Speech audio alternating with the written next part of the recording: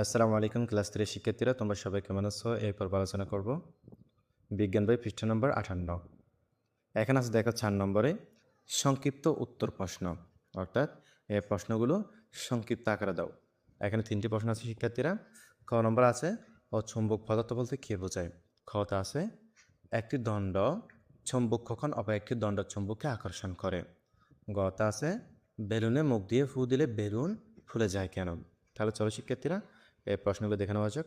ক নম্বর প্রশ্নটা আছে দেখো, এখানে অচুম্বক পদার্থ বলতে কী বোঝায়? এর উত্তর হবে যেসব পদার্থকে চুম্বক আকর্ষণ করে না এবং যাদেরকে চুম্বকে পরিণত করা যায় না সেগুলোকে অচুম্বক পদার্থ বলে, যেমন কাঠ, প্লাস্টিক, কাঁচ, কাগজ ইত্যাদি। এখানে আছে এরপরে খতে আছে একটি দণ্ড চুম্বক কখন অপর একটি দণ্ড চুম্বককে আকর্ষণ করে।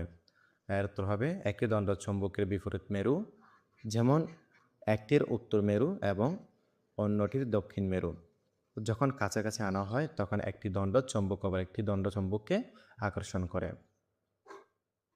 গতে আছে বেলুনে মুখ দিয়ে ফু দিলে বেলুন ফুলে যায় কেন? এর উত্তর হবে বেলুনে মুখ দিয়ে ফু দিলে এর ভিতরে বাতাস বায়ু প্রবেশ করে, বাতাস জায়গা দখল করে এবং এবং ভেতর থেকে বেলুনের দেওয়াল চাপ দেয়।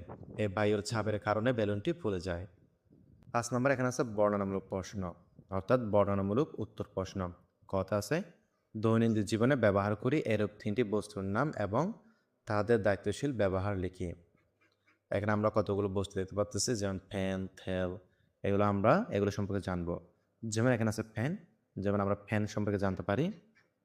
প্রথম আছে ফ্যান ফাঁকা, এটি একটি কঠিন পদার্থ, এটি বিদ্যুৎ শক্তির সাহায্য করে বাতাস তৈরি করে যা আমাদের ঘর ঠান্ডা রাখতে সাহায্য করে।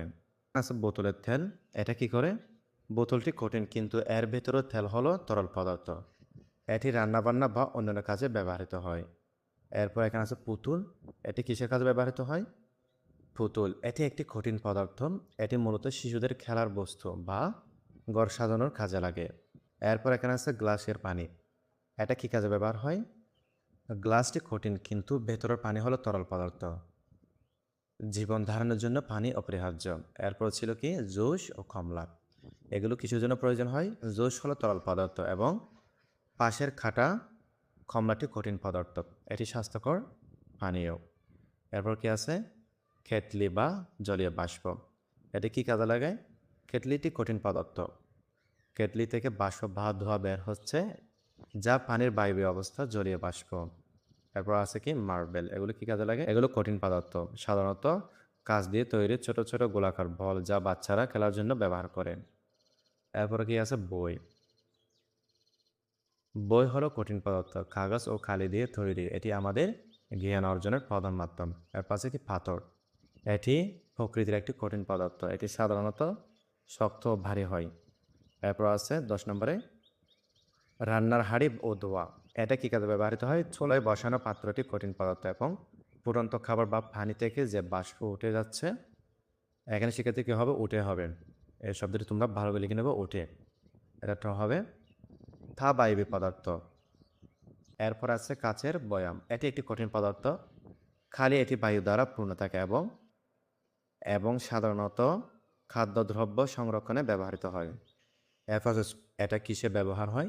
এটি স্টিল বা লোহা দিয়ে তৈরি একটি কঠিন পদার্থ, এটা শাকসবজি, ফলমূল বা অন্যান্য জিনিস কাটার কাজে ব্যবহৃত হয়। নিশ্চয় শিক্ষার্থীরা তোমরা এগুলো বুঝতে পেরেছো, তোমরা এগুলো ভালো করে দেখে নিবা। খত আছে উপরের ছবিতে যেসব পদার্থ আছে তার তালিকা করি এবং পদার্থের অবস্থার উপর ভিত্তি করে শ্রেণী বিভাগ করি। তাহলে চলো শিক্ষার্থীরা এগুলো এক নজর দেখে নেওয়া যাক। এগুলো হচ্ছে সব কঠিন পদার্থ শিক্ষার্থীরা, তোমরা এগুলো নোট করে নাও। আর এগুলো হচ্ছে তরল পদার্থ এবং এগুলো হচ্ছে বায়বীয় পদার্থ।